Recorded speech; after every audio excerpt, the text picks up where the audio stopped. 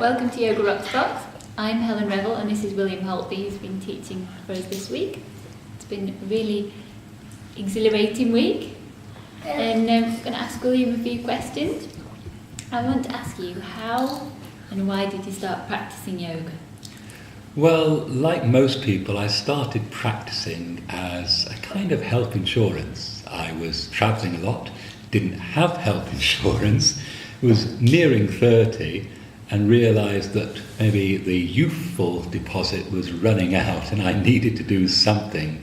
And so yoga was about the best sort of exercise, especially if you're doing it on hotel rooms and so on, in hotel rooms, that one could do easily on its own, easy to pick up, and it would all round keep you out of the hospitals. And I still don't have health insurance, although the whole family does except me, and I'm still doing well, not having to go to hospital. One operation in, 20 years, a slight hernia fix. So do you think it's working then? I do think it works. And what do you think yoga is? Do you think it's a religion, a science? Hesitate to say science. I mean, that brings up almost as bad a connotations as religion. Yoga is really a path. It's creating a space for yourself, and it allows you to see yourself, rather like a clean mirror to yourself. It's not really a religion. It's definitely not a consolation, as most religions tend to offer. But yoga, yes, yoga defines as a path, as something to do to see yourself more clearly.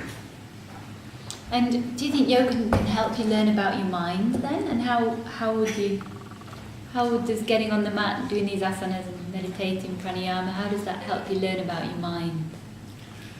Well, again, it's not.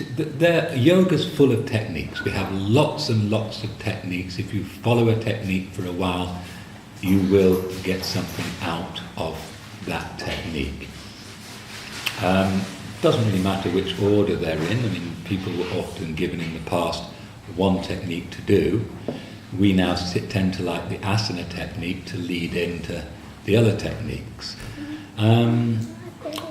Yoga really will give you that opportunity to make a space to see. So you might find that in the quiet after your asana practice, you suddenly become a little bit aware of things. Perhaps you find a space in which you can problem solve or see yourself without your problems. And I think it's all about creating that quiet space in which you can have a glimpse of understanding, a glimpse of being without all your troubles and burdens and all the things you carry with you. And they, initially one would say troubles and burdens, and we often come into it because we are troubled and burdened, as you can see by what age people are when they take up yoga. And most of the people you get are don't tend to be very, very young. They're not school kids or something. They're often in that sort of end of youth, start of midlife. There's enough cares and they want something that to do. So we tend to start off with those burdens and troubles, but you can also simply see the fabric of what you call yourself. So it might not be a devastating or a something you don't like. It might just be you see yourselves clearly. You see the games you might play with yourself, the way you want to be, the way you put yourself out there. We all play games.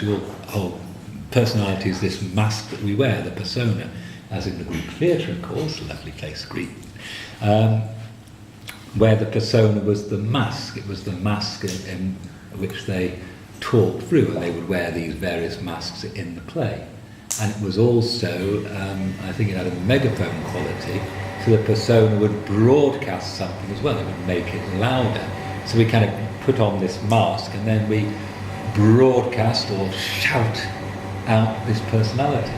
And I think yoga, when you come to this quietness, beyond that shouting, you see, what you try to pretend to be. Do you think you could ever stop practicing?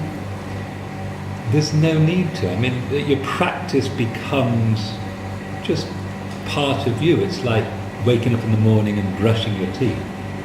It's something you just do because it feels you.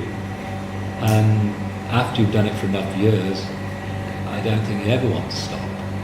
You might scale down what you do. I mean, if you do a very vigorous asana practice and your health goes, and it's not a guarantee that asana practice is going to keep you healthy forever. That doesn't work, and there are enough instances of people who have practiced yoga asana for a long, long time, and they develop a health problem. You're not going to necessarily live forever or in perfect health. But that aside, you can keep practicing. You might just have to modify that practice. What you do when you're young might not be what you do when you're old, but it will always be something you do. I mean, you'll just like the way it feels. And, I hope. There's a good poem. Your old father, William, the young man said, "Do you think that it's right to be standing on your head?" And hopefully, when I'm very old, perhaps the young daughter will be, or the grandchildren will be asking me that. Thank you, William. William's been an absolutely fantastic teacher, so much energy. It's been a really great week. It was a great week with a great group. Yes, so thank you, William. Thank you for inviting me. Okay, you're welcome. That's it from Yoga Rocks Box.